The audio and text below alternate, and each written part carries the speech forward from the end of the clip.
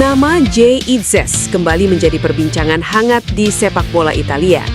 Bek tengah Sassuolo itu tengah berada dalam performa terbaiknya dan menjadi figur penting stabilitas lini belakang Nero Verdi dalam beberapa pekan terakhir. Penampilan konsisten tersebut kini membuat AC Milan semakin serius menjejaki peluang merekrut Itzes pada bursa transfer mendatang. Salah satu penampilan paling menonjolnya datang saat Sassuolo menghadapi Fiorentina. Pada laga itu, bek timnas Indonesia tersebut mencatat akurasi umpan 86%, angka yang termasuk tertinggi di pertandingan. Kemampuan membangun serangan dari belakang dengan distribusi bola yang rapi dan terukur menjadi kualitas yang sangat dihargai pelatih modern, dan Itzes kembali membuktikan diri sebagai bek yang lengkap.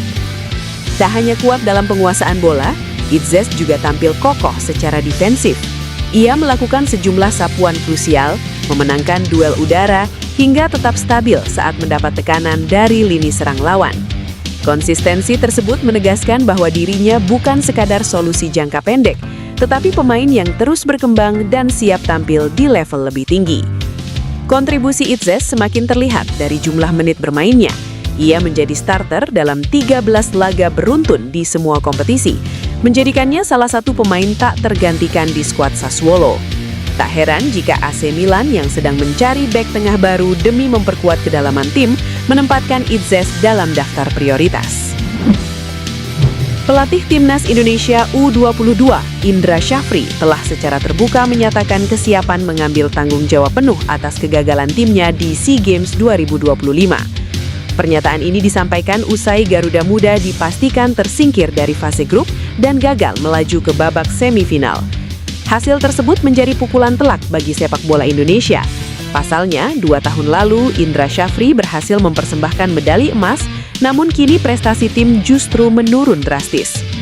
Melansir Antara News, Timnas Indonesia mengakhiri perjuangan di SEA Games 2025 dengan kemenangan 3-1 atas Myanmar di Stadion 700th Anniversary, Chiang Mai, Thailand. Sayangnya, kemenangan itu tidak cukup untuk membuka jalan ke semifinal. Indra juga menyampaikan permohonan maaf kepada seluruh masyarakat Indonesia atas hasil yang tidak sesuai harapan. Ia menegaskan bahwa secara teknis, kegagalan ini sepenuhnya berada di bawah tanggung jawabnya sebagai pelatih kepala. Kegagalan ini menjadi catatan buruk karena Indonesia untuk pertama kalinya sejak SEA Games 2009 gagal menembus fase semifinal sepak bola putra. Sebelumnya, Garuda Muda selalu lolos ke 4 besar dalam 7 edisi beruntun sejak 2011. Meski raih 3 poin penuh lawan Myanmar, Timnas Indonesia tetap gagal lolos ke semifinal. Dengan hasil tersebut, pasukan Merah Putih finish di peringkat kedua grup C dengan 3 poin dan selisih gol +2. Timnas Indonesia layak dicap gagal total pada 2025. Tak hanya tim nasional senior, tapi juga di level U20 dan U23. Tahun 2025 diawali dengan keputusan mengejutkan PSSI pada Senin, 6 Januari 2025. PSSI memutuskan memecat Shin Tae-yong dari kursi pelatih Timnas Indonesia. Masalah komunikasi di ruang ganti menjadi penyebab Shin Tae-yong didepak dari kursi pelatih skuad Garuda. Setelah pemecatan Shin Tae-yong, Timnas Indonesia di berbagai kelompok umur seperti terkena karma. Di bawah asuhan tim kepelatihan terbaik, Timnas Indonesia gagal lolos Piala Dunia 2026. Dalam wawancara terbaru dengan Jong Sekso, Shin Tae-yong merasa sakit hati Timnas Indonesia gagal lolos Piala Dunia 2026. Sebagai sosok yang menjadi bagian dari kebangkitan Timnas Indonesia, kegagalan skuad Garuda lolos Piala Dunia 2026 membuat Shin Tae-yong kecewa. Terakhir ada Timnas Indonesia U23. Dalam 3 ajang yang diikuti, yakni Piala AFF U23 2025, kualifikasi Piala Asia U23 2026, dan SEA Games 2025, tak ada yang bisa dibanggakan dari Timnas Indonesia U23. Dengan sederet hasil ini, apakah sepak bola Indonesia kembali ke era kegelapan? Di tengah sorot lampu Stadion 700th Anniversary Chiang Mai, harapan jutaan rakyat Indonesia meredup. Digantikan rasa pilu mendalam.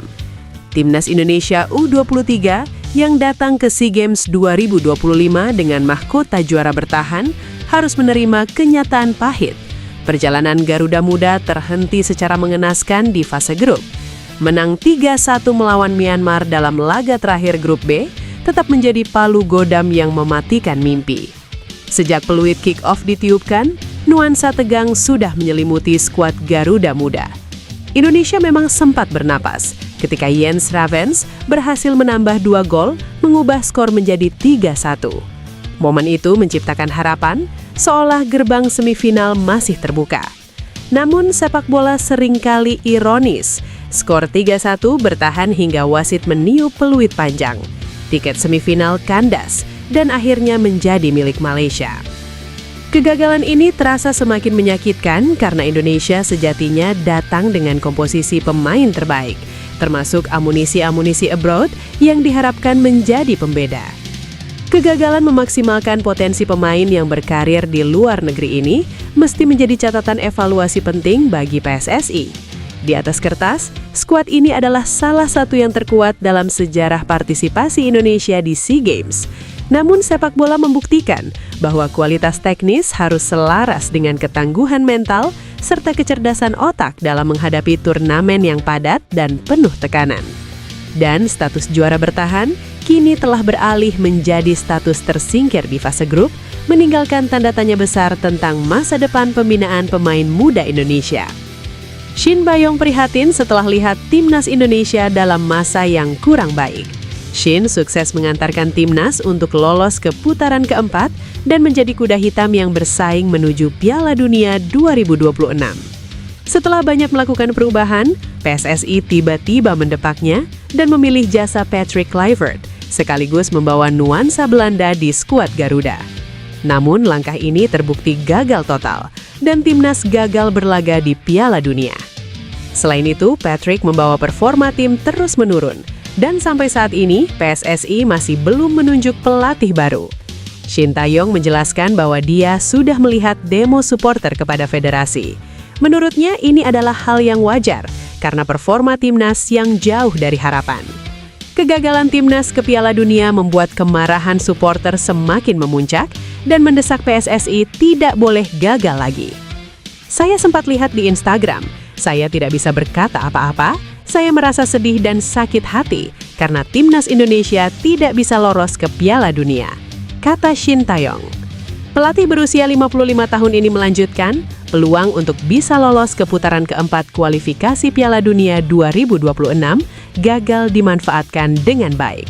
Dia melihat bahwa ini sebenarnya menjadi momen untuk timnas bisa berlaga di level tertinggi. Tentunya ini jadi hal yang mengecewakan karena semua pemain sudah berjuang keras.